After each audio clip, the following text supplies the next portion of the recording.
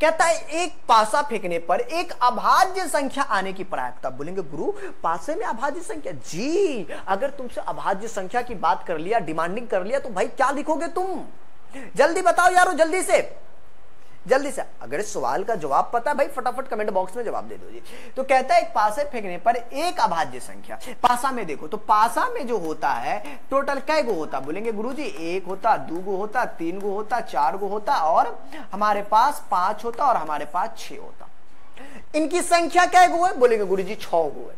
मतलब इनकी संख्या जो हमको पता चल गया, या फिर आप क्या बोलते हो इसको, कुल की बात करते हो, तो कुल हमारा कितना हो गया जी? कुल बोलेंगे सर 6 गो। मतलब ये हमारा NS का काम करेगा। संभव परिणाम अब पकड़ के चेप नहीं दे भाई, का अभाज्य संख्या बोल रहा था। अब यहां पर से हम लोग अभाज्य संख्या की अगर मैं बात कर लूं तो यहां से हम लोग अभाज्य संख्या जब निकालेंगे तो क्या निकलेगा? बोलेंगे सर इसमें से अभाज्य संख्या हो गया एक अभाज्य संख्या। रे बकलोल, सबसे छुटकी संख्या तो अभाज्य में 2 होता। ऐसी संख्या जो 73 हो, जो किसी और से ना कटे, स्वयं से कटे या फिर वो 1 से कटता हो, वो अभाज्य संख्या कहलाता। जैसा हमारा 2, जैसे हमारा 3, जैसे हमारा 5 है ना।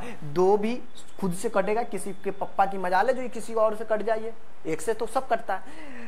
3 ये भी सिर्फ खुद से कटेगा, बाकी किसी की औकात नहीं काटने का। 5 ये भी सिर्फ खुद से कटेगा, 5 को 5 ही काट सकता है या फिर 1 काट सकता है, बाकी किसी और की औकात नहीं है। तो वैसी संख्या अभाज्य संख्या कहलाती है। इनकी संख्या क्या है? तो बोलेंगे सर जी इनको 1 2 3 गो इनकी संख्या पता चल गया। अब जब प्रोबेबिलिटी निकालेंगे मेरे सोना, तब आप बोलोगे अनुकूल परिणाम बटा, तो अनुकूल 3 हो गलो, NE 3 हो गलो और NS 6। 3 इकाई 3, 3 दूना 6, 1/2 सोल्यूशन। 1/2 मतलब हमारा ए राइट आंसर है। अब बताओ